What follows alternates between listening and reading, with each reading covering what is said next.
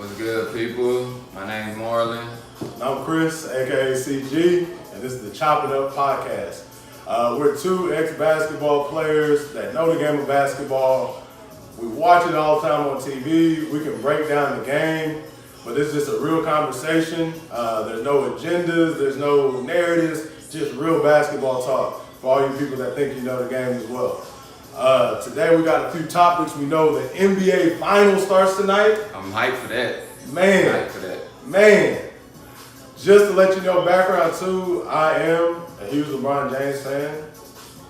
Jordan all-time favorite, LeBron's my current favorite. I'm a Kobe fan, but I love seeing right now. I just love seeing good basketball. So I don't have no favorite team, favorite player. I just like to watch good basketball. A fun fact about me and him: we played for two rival schools in college. Yeah. So we were crosstown rivals. Think of Duke in North Carolina. We played for both Duke and North Carolina. That's a fun fact for the people out there. Exactly. But yeah, about this game tonight, I'm ready for it. And our first topic is gonna be like our final prediction. Yes. MVP or who we think gonna get it. Yeah. So who you got while I watch these dominoes? If y'all know how to play dominoes, step your game up. Yeah.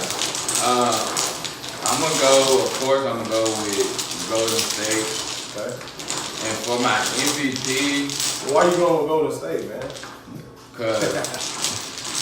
Okay, of course, like the Cavs got the best player, but even if you look down the roster, even you can include Kevin Love. If you go down, he might be the fifth best player In the series. Oh, that's real. The series. That's real. And like I know we like to watch sports talk all day, and I was seeing that a lot of the sports media was saying like, would if Kevin Love was to be on the Golden State Warriors, who would he be able to replace? And they talking about a David West. He's a little bit better than David West, and that's the narrative. Like the narrative. Like that's crazy. Somebody off the bench. Oh yeah. And they were saying would he even be JaVale McGee? I'm like, bro, Kevin Love is a way much better player. That's disrespect.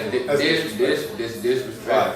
Not trying to disrespect JaVale by any means, but come on, man, they're not even in the same conversation. Not even the same conversation. Like Kevin Love is start on most teams in the NBA. Yeah, and even with and be one of the key contributors. Yeah, like he's not gonna be the guy, but he can be the 2 or 3. Yeah, on most teams in the NBA. And like think about it, he was on the championship team being the third best player. Like JaVale McGee was the third best player in the world. Was he the 7th best player? Of course he started, but no, he didn't even start because they had Zaza Pachulia start. And then the year before was he wasn't even there. He wasn't both. Yeah, and it's just like it's one of those, you have a team that's so stacked at so many positions that it's like, hey, you know what? We can't really afford. And the NBA right now with centers, that's a whole nother topic in itself. But we can have this guy, he can be just a long player that runs the floor, block shots, finishes dunks. Yeah. Like, do that, and you're helping us more than enough. Yeah. But it's,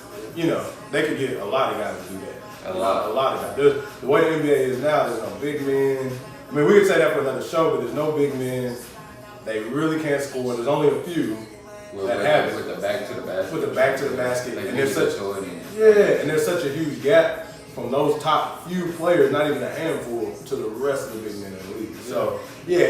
JaVale and then and then even with that, like, okay, I know Kevin Love is a $25 million man, and he's not living up to that. But he's still averaging 14 and 12. JaVale McGee won't be able to do that for a long period of time, even if I can't see him going a month averaging 14 and 12. Exactly. And having to carry the load of being like, hey, we're gonna give you the ball and score. Not okay, KD, Steph drives, Iguodala drives. So it's sort of like Clint Capella, he just on the receiving end of all of them. But Clint Capella's better. He's better. He's better. He does more, But it's the same job. He just does it better. He just does it better, more consistent. But Yeah, but with my finals, I got, of course, I'm gonna go with the MVP. I think Steph gonna redeem himself. I really do.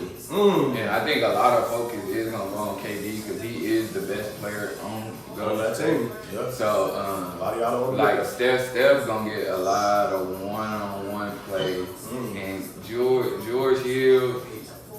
Sometimes we was even talking like last series. No, it was in the end of the series. Like sometimes he will pressure him, and then like when he's on the road. Oh, it was a Celtics. It was a Celtics. Okay, it was last series. It was a Celtics. So he content. When he at home, he's gonna try to get up into stuff. But when he's on the road, like how he backs off. He's not as aggressive on defense as he is when he's at home. And on the sneak, George Hill is way more talented than that.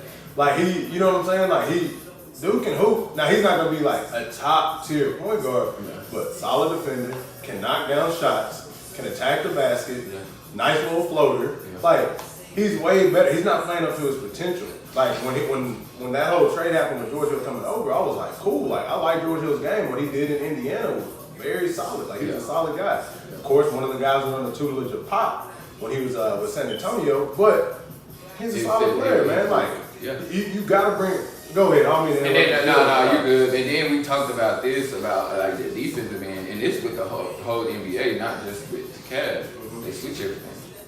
So if we gonna get the switching, if we get the switching with Steph, of course they're gonna try to put Kevin Love in that switch. Oh, and he's too slow for it. So I really think Steph's gonna redeem himself, and this is his fourth finals.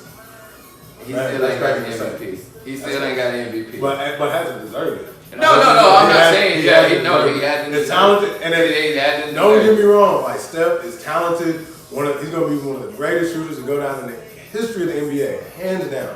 One of the best shooters off the dribble, I think, hands down. Yeah. Right. Yeah. But he hasn't deserved it. He hasn't deserved it. Even though he was averaging 28, 6 and 7. But KD was the guy. He was the man. When they needed a bucket, that's who they went to. Yeah. And he averaged 35. If you look at a few of those games, go back and watch the games. If you look at a few of those games, Steph was struggling. Then at the very end, after everybody else is hooping, he comes out and Steph will hit 3 or 4. And that's been for the two finals, the 2 rings he do have. Like I know you were saying, a lot of them points, them empty points at the very end of the game. Like, so these are games. These are points when they either blowing people out or when they getting blown out and they don't have no chance. No chance. So okay, now and like those and Steve Kerr's subbing them in with like 8 minutes to go in the game and they're down. Or even I've seen it with 5 minutes to go. They're down. Like even like just to get his stats right. When Iggy got his Finals MVP, a lot of people were mad because Steph didn't get a vote. He didn't deserve it. Because once they put Iggy in, the whole when they changed the lineup, it switched it up, man. Switched. So and he was the catalyst on defense and on offense. Yep. Like he was doing this thing. He was doing this thing, man. So a lot of people gets mad that he didn't even get one vote, even after averaging I think 26 and something, but he did deserve it. Because a lot of those points was like empty points. Empty points.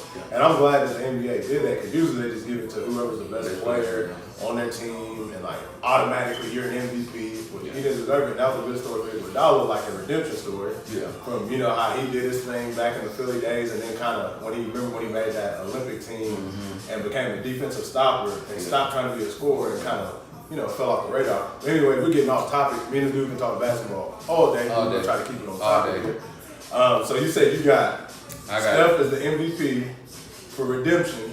Yeah. He's going to hoop. Yeah. What do you think what's he going to put up? What's he going to average going to be?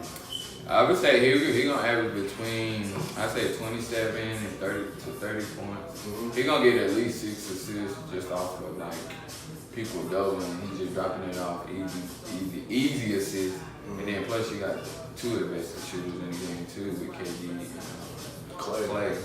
And but they still don't even talk about that much. It's just crazy. Yeah, of course. He's still gonna struggle on the defensive end. Like who's that? Steph? Oh yeah.